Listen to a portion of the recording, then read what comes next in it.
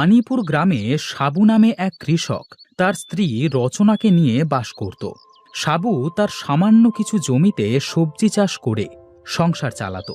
বিভিন্ন মৌসুমে সাবু লাউ, কুমড়ো, মরিচ সহ আরো অনেক ধরনের সবজি চাষ করত।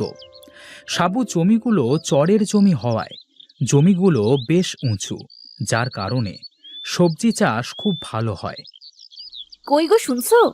ঘুম কি ভাঙলো তোমার? এই যে ওঠো, বেলা তো অনেক হলো যে।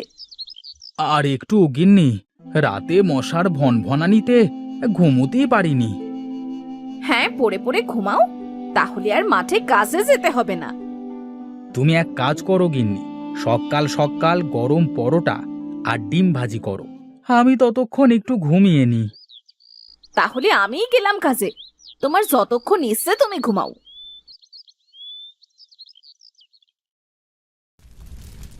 তোমার কি শেষ হলো গিন্নি?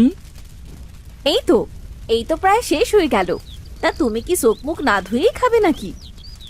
আমি চোখে মুখে জল দিয়ে আসি, তুমি তাড়াতাড়ি আমাকে খাবার দাও। এতক্ষণ পড়ে পড়ে ঘুমিয়ে এখন আবার তাড়াতাড়ি কিসের? ও তুমি বুঝবে না গিন্নি।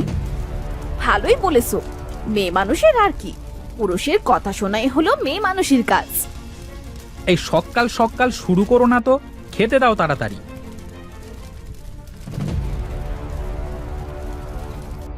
আহা, এই সকাল সকাল পরোটা আর ডিম ভাজি খেয়ে নিজেকে সাহেব সাহেব মনে হচ্ছে। রোজ যদি এমনটা হতো। আহ, কি শখ! তা শহরে গিয়ে বড় চাকরি করো, তারপর প্রতিদিন সকালে পরোটা আর ডিম ভাজি দিয়ে নাস্তা দেব। থাক থাক, আমার প্রতিদিন পরোটা আর ডিম ভাজি খাওয়া লাগবে না। কই, আমার গামছা আর মাথালটা দাও দেখি।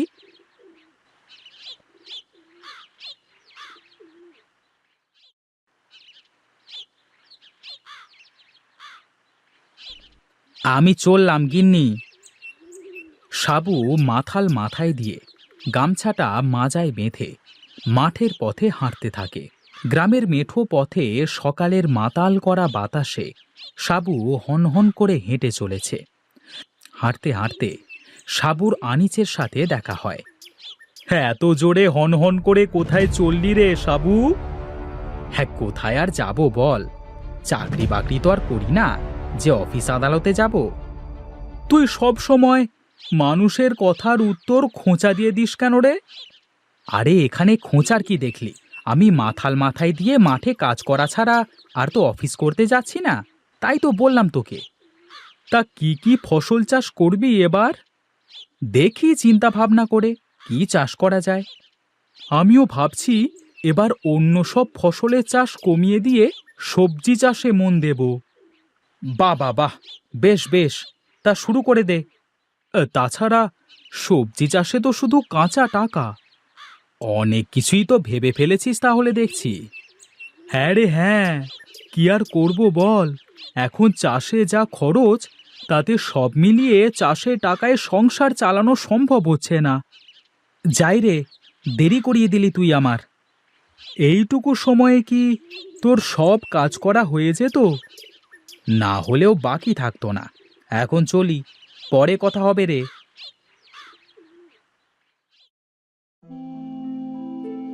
এদিকে রচনা বাড়িতে উঠান ঝাড়ু দিতে থাকে। উঠান ঝাড়ু দেওয়া শেষ করে এমন সময় আনিচের বউ শুভা সাবুদের বাড়িতে আসে। কইলো রচনা, কি করিস? এই যে ভাবি, আমি এখানে বসে থালা বাসন মাজি। বাহ, সকাল সকাল সব কাজ শেষ করে ফেললি মনে হচ্ছে। কি আর করব ভাবি, আমার কাজ তো আমাকেই করতে হবে। তা তুমি এই সকালবেলা কি মনে করে? কেন রে, তোদের বাড়িতে কি আমি আসতে পারি না? তা কেন ভাবি, তুমি তো খুব একটা আসো না, তাই আর কি জিজ্ঞেস করলাম। তুমি রান্নাঘর থেকে টুলটা নিয়ে এসে বসো। হ্যাঁ রে, তোদের বিয়ের এতদিন হয়ে গেল, তা ছেলেপেলের কি কোনো চিন্তা ভাবনা করলি? ওসব আমি এখনো জানি নে, ও তোমার দেবর জানে ভাবি। শুনলাম আমার দেবর নাকি আজকাল সবজি চাষ করে ভালোই উপার্জন করে। তা তাড়াতাড়ি ঘরে ছেলেপেলে আন দেখি। সময় হলে সব হবে ভাবি। এখন বলো, কোনো দরকারি কথা বলবে নাকি? না থাক, এখন আর বলছি না, তুই কাজ কর, আমিও গিয়ে কাজ করি। আমার আবার মেলা কাজ পড়ে আছে। কই গো গিন্নি, এখনো রান্না হয়নি তোমার? এই তো হয়ে গেল। তা তুমি এত তাড়াতাড়ি চলে এলে যে? কাজ কাম তেমন একটা নেই মাঠে, ঘুরেই চলে আসলাম তো তাই। ঠিক আছে, তুমি ঘরে গিয়ে বিশ্রাম নাও, আমি রান্না শেষ করে তোমাকে ডাকছি।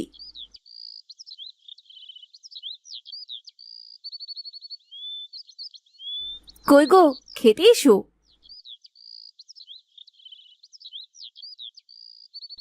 বাহ, তোমার হাতে জাদু আছে গিন্নি।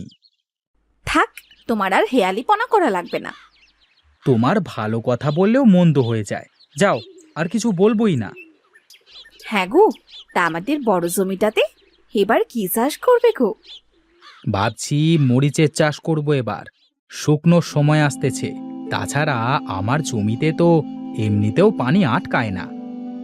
যা করলে ভালো হয় তাই করো। কোথায় যাবে এখন? দেখি রহিম চাচার বাড়ি থেকে কয়েকটা মরিচের বেছন নিয়ে আসি।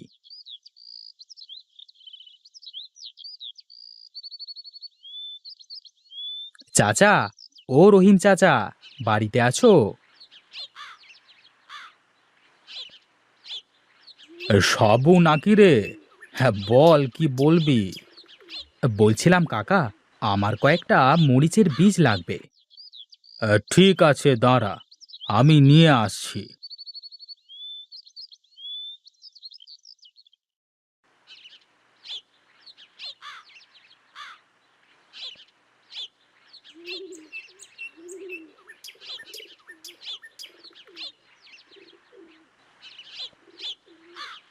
বাড়িতে ফিরে সাবু বাড়ির উঠানের পাশের একটা জায়গা ভালো করে কুপিয়ে সেখানে মরিচের বীজগুলো বুনে দেয়। তারপর কিছু পোয়াল দিয়ে কুপানো জায়গাটুকু সব ঢেকে দিয়ে সেখানে পানি দিতে থাকে।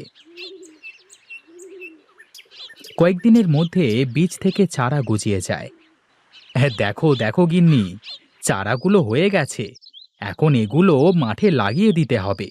যা লাগবে লাগবে, না লাগলে কেউ নিতে চাইলে দিয়ে দেব।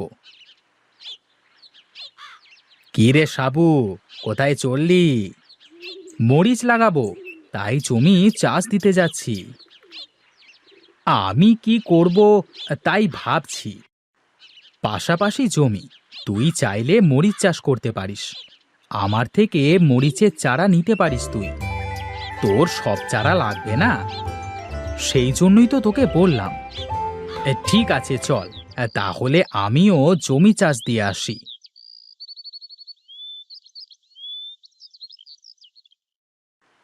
সাবু, এই সাবু, কই রে? তুই এখনো ঘুম থেকে উঠিসনি? ও, তুই এসেছিস, এই নে চারা। আমি একটু পর লাগাতে যাব, তুই বাড়িতে গিয়ে খেয়ে নে। আমি যাওয়ার সময় তোকে ডাক দেব, কেমন?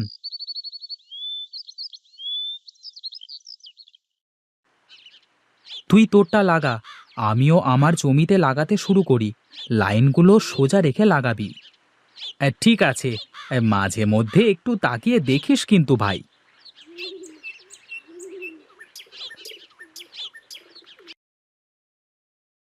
দেখেছিস আনিস, গাছগুলো কত বড় হয়ে গেছে। হ্যাঁ রে, হ্যাঁ, মনে হয় কয়েকদিনের মধ্যেই ফুল আসবে।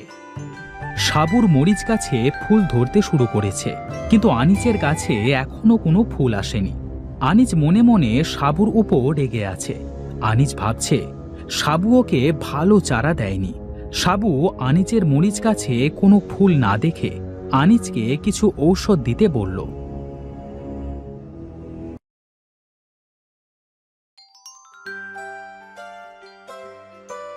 আনিস সাবুর কথা মতো ঔষধ দিতেই